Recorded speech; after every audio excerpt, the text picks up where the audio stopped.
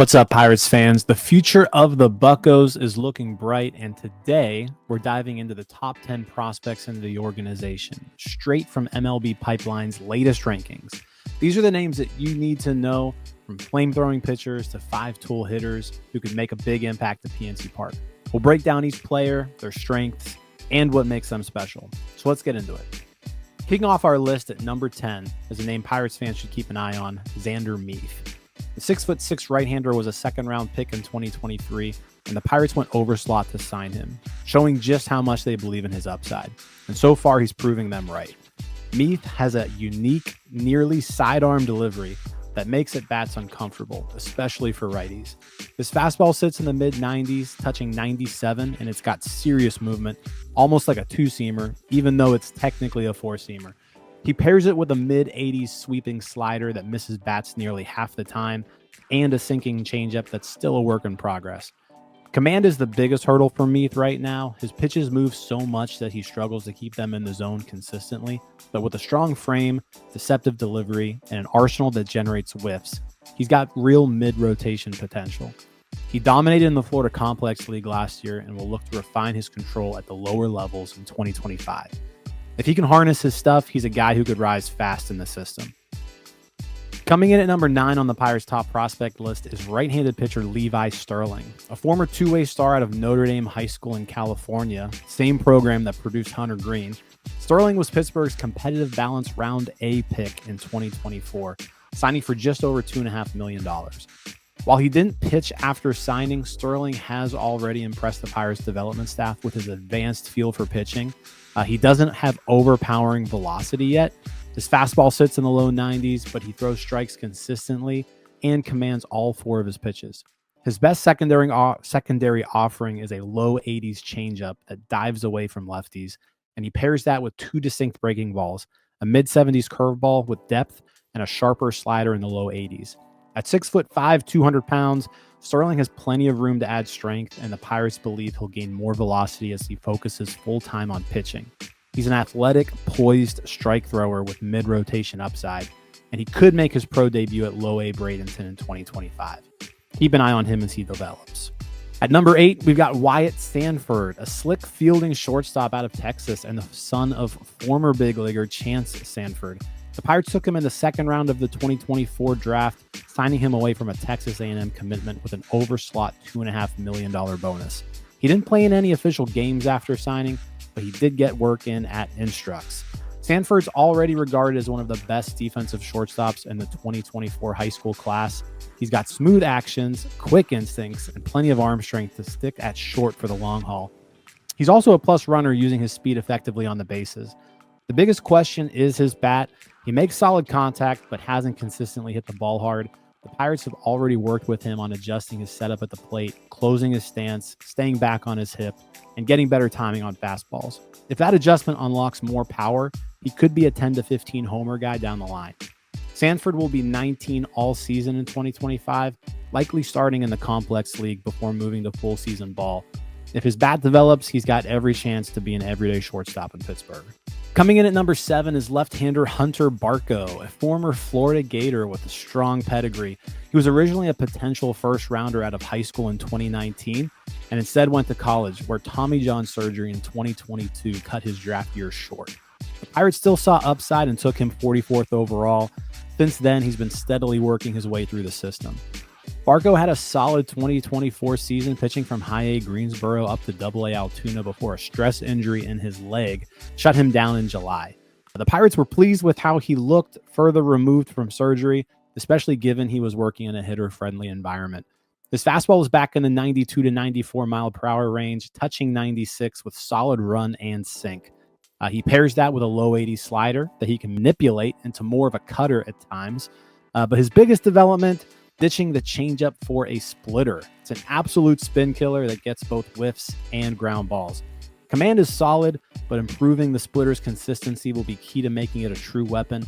The Pirates believe Barco could be knocking on the big league door by the end of 2025 if he stays healthy.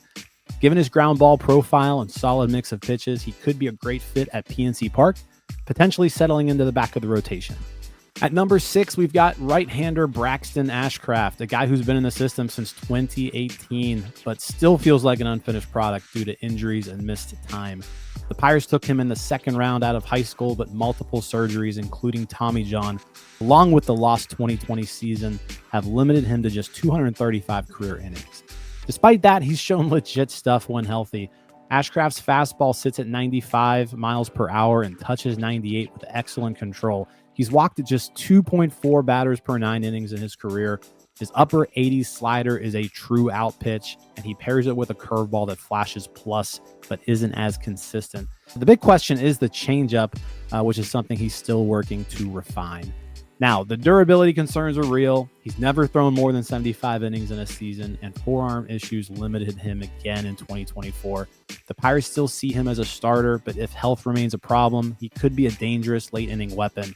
Either way, he's close to making an impact in Pittsburgh and could be a factor in 2025. All right, so before we go any further, I do want to tell you all about BetOnline. BetOnline is the world's most trusted betting platform and your number one source for online betting in 2025.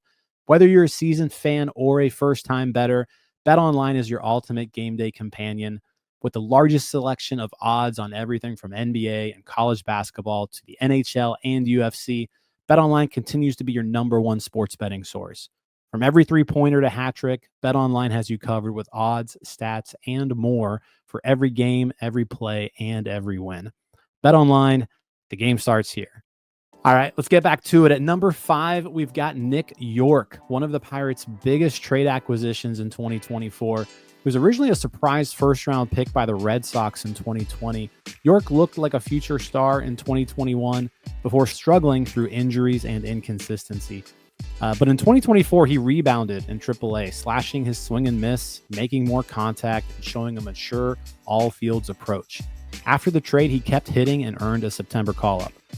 Offensively, Yorke's bat is his calling card. He's always had great barrel control, and in 2024, he focused on using the whole field rather than being too pull heavy. He's got enough power to punish mistakes. His max exit velocity is solid, but he's more of a gap-to-gap hitter than a slugger. Now, the question is where he fits defensively. Second base has been his primary spot, but he's got fringy range and arm strength. The Pirates gave him reps in the outfield, and right field at PNC Park could be an option. Regardless of where he plays, the bat should carry him, and he's got a shot at making a real impact in Pittsburgh in 2025. Coming in at number 4 is Termarr Johnson, the Pirates' 4th overall pick in 2022 and one of the most hyped high school hitters in recent memory. While his pro career hasn't quite lived up to those sky-high expectations just yet, there's still plenty to like about his offensive upside. Johnson's biggest strength is his elite plate discipline. His 186 walks over the past 2 seasons are second most in all of minor league baseball. He consistently works deep in counts. But despite that patience, his overall hit tool hasn't fully clicked. He's shown solid bat speed and power, especially to his pull side, but he still struggles with too much swing and miss, with a 31% whiff rate in 2024. The key for him is staying balanced at the plate and using the whole field more consistently. Defensively, Johnson has continued to get reps at shortstop, but his long-term home is likely second base, where his range and arm play better. The Pirates remain high on his offensive ceiling, and he's still just 20 years old. If he can make better contact while keeping that elite on-base ability, he's got a real chance to be a top-of-the-order bat in Pittsburgh. All right, at number 3, we've got Thomas Harrington, one of the most polished arms in the Pirates system. He's a former walk-on at Campbell. He's flown through the minors and reached AAA in just his second full season. Harrington doesn't have overpowering velocity. His fastball sits around 92 to 93. He tops out at 95. But what makes him stand out is his deep arsenal and elite command. He can throw up to 5 different pitches for strikes, including a nasty sweeper and an effective splitter that he added last season. His ability to mix speeds and locations keeps hitters off balance, and his 4.1% walk rate was one of the best in all of minor league baseball last year. While he doesn't rack up strikeouts like some of the Pirates' bigger name prospects, Harrington's ability to limit walks and generate weak contact makes him a high floor arm. He profiles as a reliable number 4 starter and could be in Pittsburgh's rotation by the second half of 2025. All right, at number 2, we've got Connor Griffin, the Pirates' biggest gamble in the 2024 draft. At 6'4" with 5 tool potential, Griffin has the loudest tools in the system. Despite being a high school player, the Pirates took the chance on him with the 9th overall pick, signing him for a $6.5 million bonus. Griffin is a freak athlete, boasting a plus run tool, the potential for 30-30 seasons, and a cannon for an arm. He can play shortstop. He can play center field, though many see center as his long-term home. His combination of strength, bat speed, and explosiveness could eventually lead to plus power, but his bat path and timing need refinement. Defensively, he's a special talent, but it's all about whether he can make enough contact to tap into that immense potential. If the hit tool clicks, Griffin could be an all-star in the making. All right, at number 1, it's Bubba Chandler. Without question, one of the top pitching prospects in all of baseball. The Pirates took a risk when they drafted him in the 3rd round of the 2021 draft, but after committing fully to pitching, Chandler has developed into a dynamic power arm with a chance to anchor the rotation alongside Paul Skeens.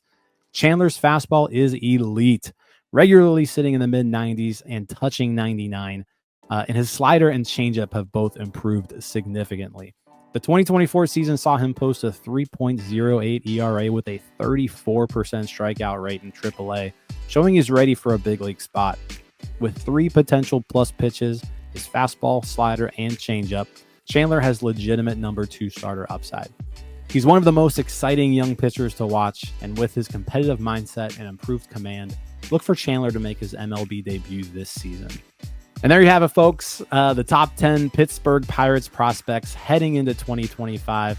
These future stars are ready to make waves and hopefully lead the Pirates to the next level, both this year and beyond. If you enjoyed the breakdown, make sure you hit that like button, subscribe, and share this with fellow Pirates fans. We've got plenty more content coming your way as these guys make their way through the system and into the big leagues. So thanks for tuning in, and we'll see you next time on North Shore 9.